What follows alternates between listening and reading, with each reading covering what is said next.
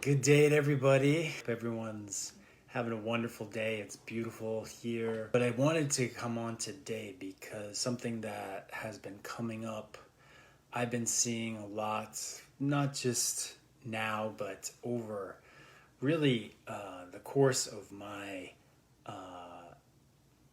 life. I've been really aware of the internal dialogue I see in people. And what I mean by that is, back when I was a kid, I can remember spending a lot of time with my grandparents. And when I was with my grandparents, one of the things I really loved when I was with them is I felt this sense of that there was this wisdom coming through them, right? Not just this wisdom that they got from reading something or hearing it on the internet or social media, right? Because obviously those things didn't exist. But the wisdom I'm talking about was that they were connected to lineages, meaning that they were keepers or holders of information that had been in their family and the family before, and their grandparents and their great grandparents, and that had come down through them. And that's why I say it's wisdom. Do you guys see that? It's not the intellect that we can get from reading something on Google or seeing this on Facebook.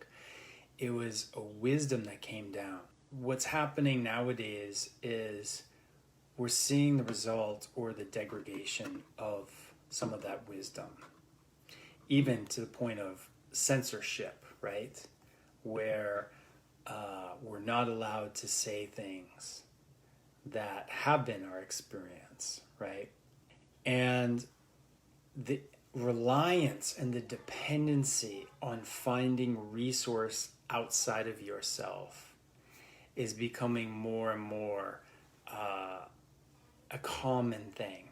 And so that's why I titled this, You Are the Medicine, right? You are the medicine. You are the source or the resource that you have. You are the solution. And I don't say that just simply like tongue-in-cheek. I mean that full-heartedly from the experience that I had of sharing with, like, being raised in an environment where I could be around my grandparents and feel this wisdom. And then what I mean by this wisdom is there was an inherent knowing about simple, common things, right? Simple, common, those of you who follow me on Instagram or Facebook, I talk a lot about food as medicine, right? So the simple practice that people understood about knowing, this lemon is good for this, and I eat it at this time, and I don't eat it at this time, right? Or why I need to have this food cooked and not. These simple things that were vital and understanding, again, are not so common anymore. And I've seen that over the course of my life. Understanding of the herbal medicine, the plants that grow outside, the trees, the energies of those things as something that can help. I see less and less people knowing these things. Yes, we hear about it on the internet and stuff, but I'm talking about like people that are really doing it in their daily life, right? They're really immersed in it. And that's where that kind of wisdom comes through, right? Not this just getting it a recipe from the internet or something, but something that has been tested, something that has had experience, right? And it's much greater than that. It's really a self-knowing. It's really a self-reliancy, knowing simple, basic things, not from outside, but from inside, right? We as a society have really made a turn where we are not listening.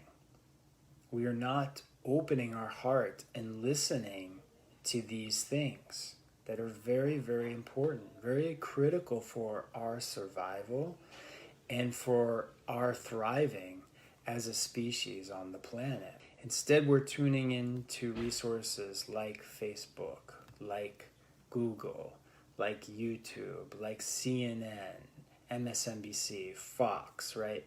I'm going to say this, and it may displease some of you, but stop watching that.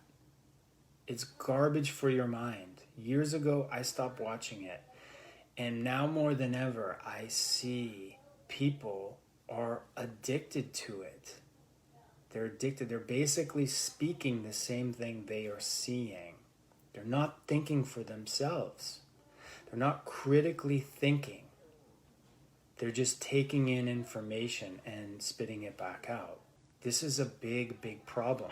How do we become the medicine?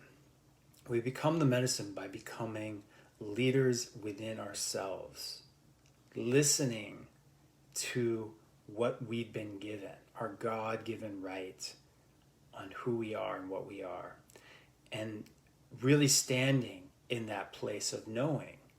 And when we don't know something, right, the kid has a sore throat. What do I do, right? Do I look it up? No. Like, really pay attention to all those impulses you have to go outside yourself. This is a very common phenomena that we all have. Now, I'm not saying don't go look for experts and resources and things like that. But before you do, why not take the moment and really listen to your own intuition? Listen to your own heart of what makes sense. That's the ability that I'm seeing eroding away, right?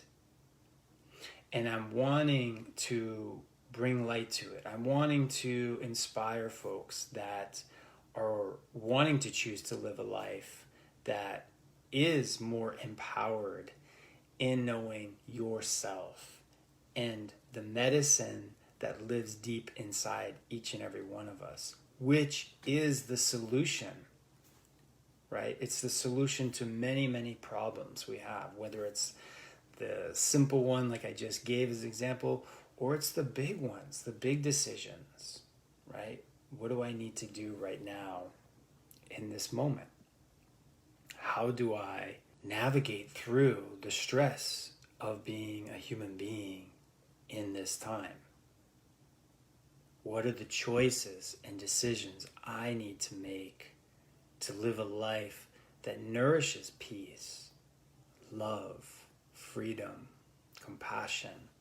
It's good to get some of this information from a source of information. So let me be clear, I'm not saying don't do that. But what I am suggesting even more is to go to a place of what might feel like nothing, what might feel like an unknown place inside yourself. And to trust and to listen, even if you're in the blackness of it all, even if you don't hear anything, sometimes just being patient and listening from that place, you just immediately feel more in a place of feeling settled, feeling centered, right? I come on here because I want to share this to all the people that are tuning in, that even in the complexity and the really difficultness of this time, we're being asked on a deeper level to be even more simple, to simplify things, and to get the guidance that you need. So again, like, there's a lot of information coming in. We're in the information age. And we're in a point of actually a time of chaos when all that information is coming in and it's starting to even like multiply even more, and you're finding, no, this source is no good, or this source is no good, or I thought this was true and now it's not being true, and then things are coming off of that, and so you're just seeing the chaos become more chaotic, right? When you don't feel at peace inside yourself, watching or listening for that information you need, that's a first sign that's the first sign that should go off in you that this is not what I need right now. So turn it off. Listen deeper. There's infinite wisdom and medicine available to you in your own heart.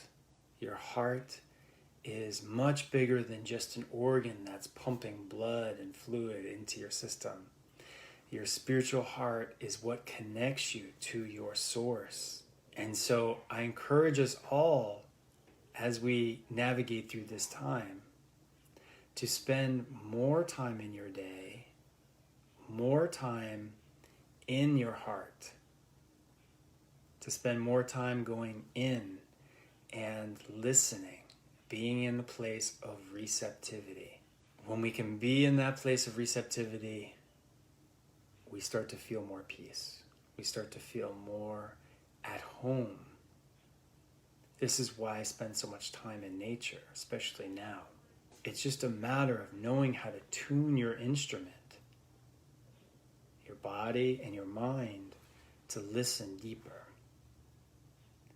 And once you're able to listen deeper, then the wisdom comes. It comes. The medicine comes. The solutions come. But you have to be patient. But as you trust it, as you open up to it, you're giving guidance. Thank you all for listening. Thank you all for tuning in.